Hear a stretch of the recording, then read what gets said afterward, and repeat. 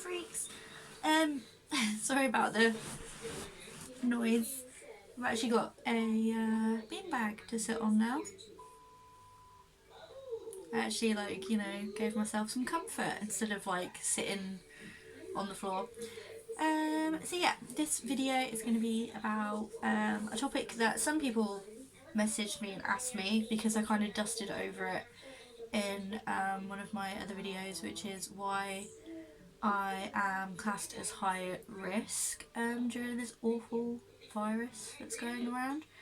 And yeah, I realised I didn't really go into it that much. I am classed as high risk because I am losing. Well, I am basically my immune system isn't right, and that's because I am missing my spleen. So yeah, basically when I was born with an enlarged spleen. I think usually your spleen is about like the size of your fist, I think, and mine was like double that, probably even more than that. So yeah, that was like a pretty serious issue.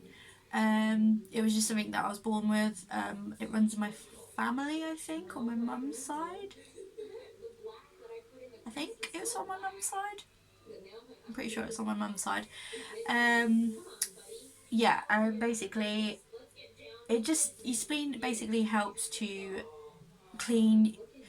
It kind of helps to clean your blood. So basically, when you get like an infection or an illness, like it helps like keep your, I think it's your red blood cells. It's been a long time since I've like learned all this stuff. Like this all happened, and I only really learned more about it when I lost it. And that was like years ago. I was 11 when this, like, when it exploded and I lost it. But yeah, I think it helps with your red blood cells, but because mine was enlarged, it wasn't functioning correctly, so it used to attack the red blood cells. I'm pretty sure that's what the issue was with mine. Not 100% sure. But yeah. So when I did get ill, I got ill for quite a long time. And yeah, when I was 11, I had like it was basically an accident where I fell off a swing, but it was like a homemade, you know, like the tyre swings kind of thing, over a dike at the bottom of a field. And yeah, basically it snapped or something, I can't remember, and I somersaulted and I landed quite far down. I think I fell 3 feet or more, hit the ground, and because I had an enlarged spleen, it just exploded. So yeah, I went to my friend's house because she lived at the end of the field where we were. Obviously had a laugh because I was covered in like water.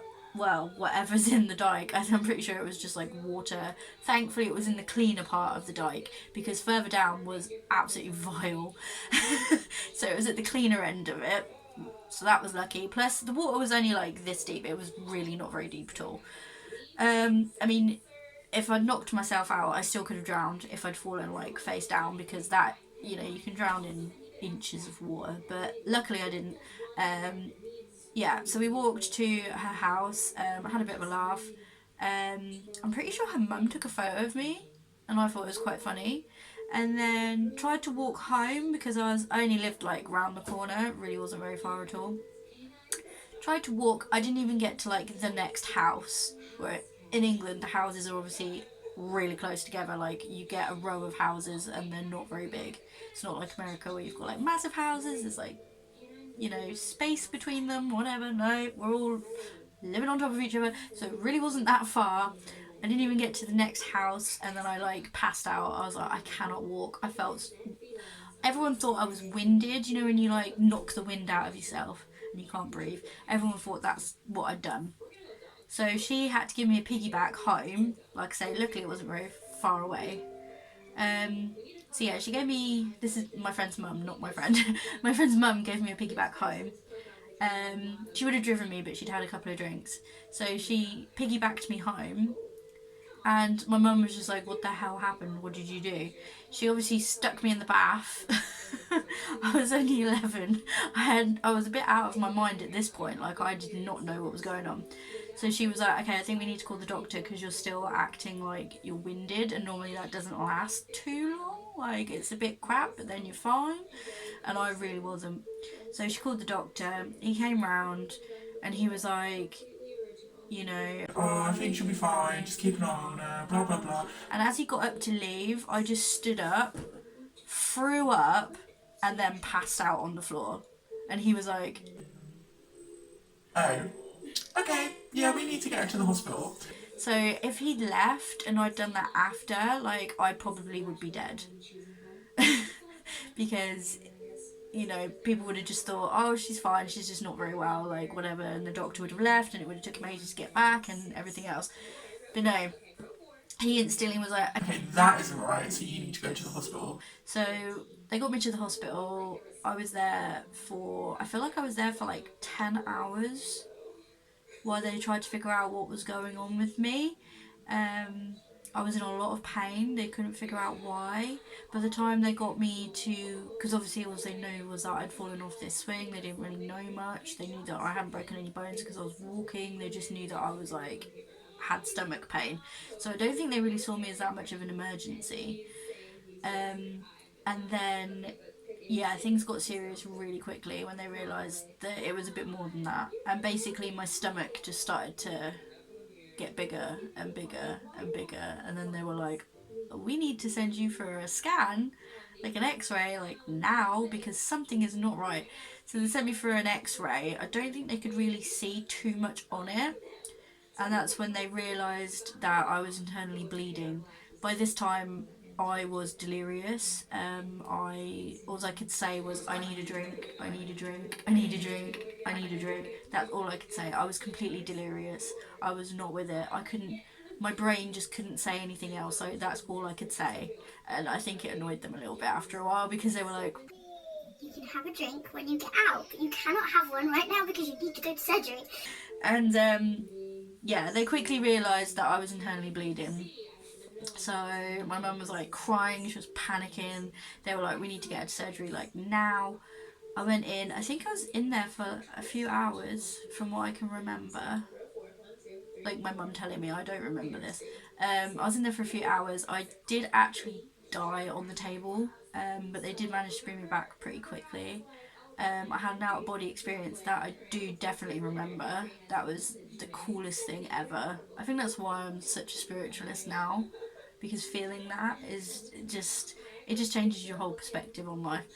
Um, but yeah, anyway, they managed to get my spleen out, like fish it out, because obviously it was in pieces. Stitch me back up, so I've got a massive zipper from like here to like right down, like just past my belly button. So I am part of the zipper club.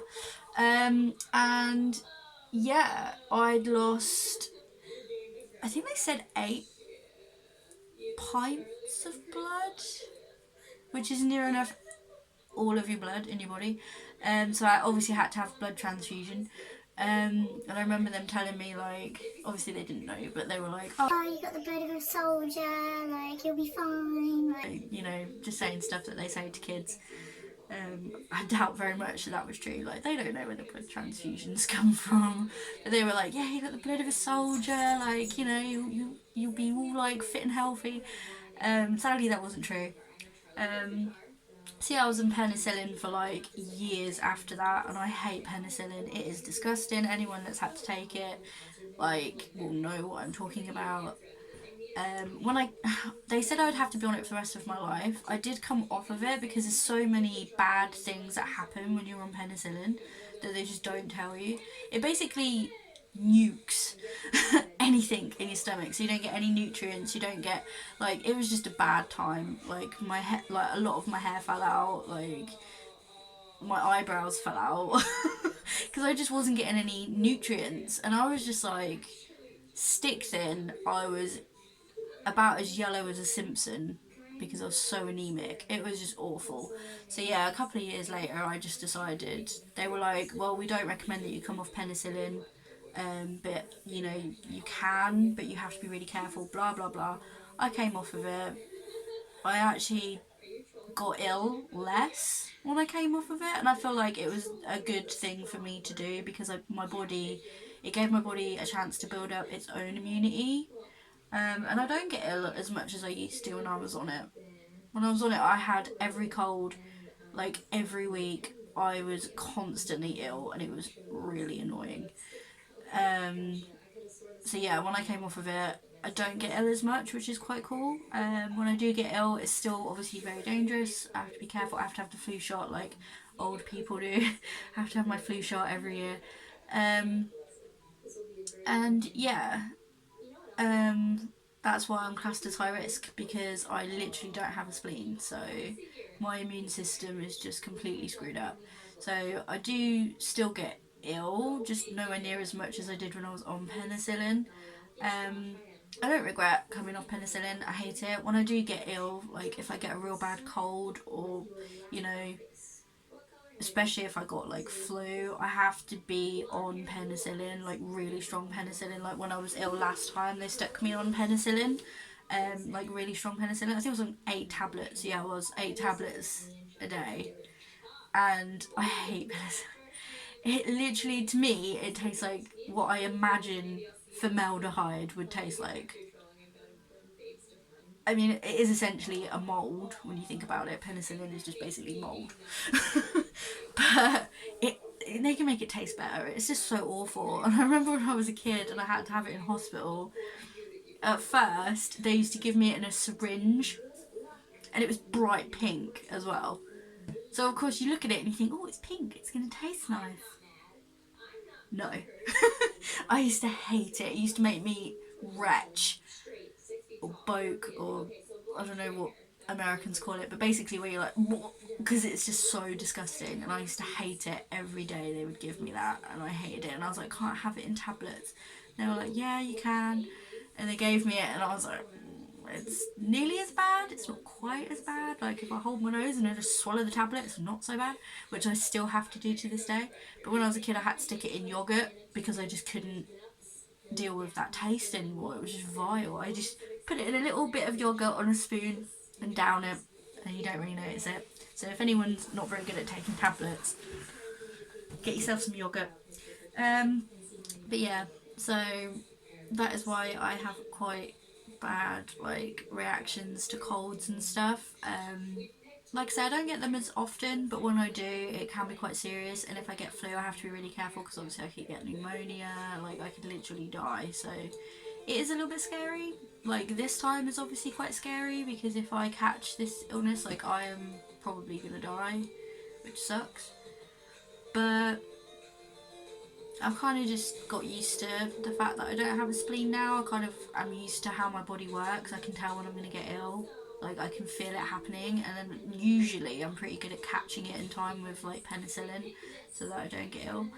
It's a little bit frustrating because obviously most people with like colds and stuff, they won't even know that they've got a cold. Like they'll just get a sniffle for like 2 days, and that's it. And me, it's like I feel like I've got the flu for like 3 weeks. It's so annoying, but you know, it is what it is. I've built up my own kind of immune system, and I'm doing a lot better with it. To be fair, I do take like vitamins and supplements and stuff. Echinacea is a really good one, um, for people with like low immunity. I think it's a plant extract. Like echinacea is a plant, but like it's in like a pill form, and I think you can take it like twice a day when you're feeling a little bit under the weather, and it just gives you a little boost. There's loads of stuff that you can take, but yeah, I'm doing pretty good with it. But yeah, I realised I didn't really explain that last time, and people were like, "Why do you have low immunity? What?" So that's why. But yeah, it is what it is. So yeah, I thought I'd just do a video just to explain that because people were like, "You nearly died? What?" Yes, I nearly died. I've nearly died a couple of times, which is kind of scary. I nearly died then. I've nearly died a couple of times in my like adult life, like in the past especially in the past 4 years, I've nearly died a couple of times, which I probably won't go into because that was like a dark time. And then when I was born, I nearly died as well. I think my cat, I think I have like 9 lives. Yeah, I was born with the cord wrapped around my neck, so I literally popped out purple, which was kind of terrifying for my mum. um, so yeah, I was just trouble from the start. What can I say? I was just bound to be a sickly baby and a sickly person. I mean, I'm lucky because I am better now. I don't know if I had like this virus.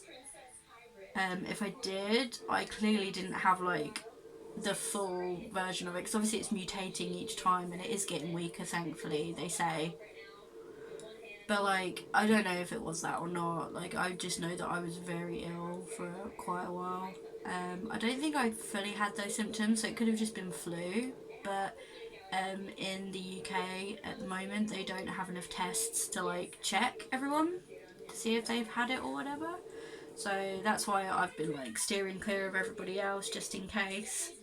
Because I don't really care about me. I just care about like my family and friends and stuff. Like I want them to be safe. So, and you should too. So be careful because just because you don't have symptoms, or even if you do have symptoms and they're not that bad for you, you could pass it on to someone else who could literally die, which is terrifying. It's one thing to be aware of like the flu and have your flu jabs, but this doesn't have a jab, so or shot if you're in America. So yeah, you need to be careful. Um, so yeah, I'm gonna stop talking about like the virus because it is kind of depressing. So it is obviously very relevant at the moment. Hopefully, like, well, it's part of history now. That's crazy. We were actually making like a serious part of history, kind of like God, it's like the plague and everything else. Like people are going to look back and be like, oh God, that virus that swept the entire world, stopped the world pretty much for like however long it's been now.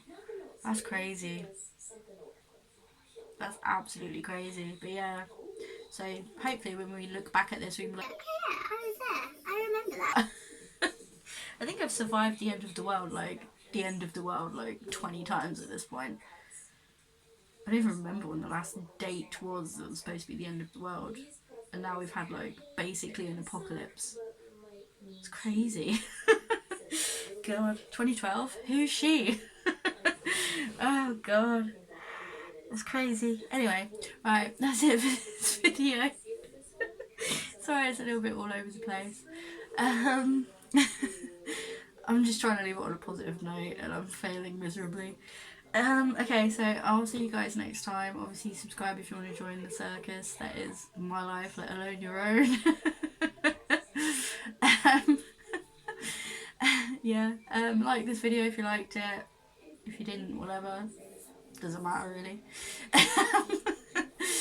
But yeah, I'll see you guys next time. All the links to like follow me on stuff and stalk me are below. Apparently I need to plug them more. Yeah, so I'll see you guys next time. Bye.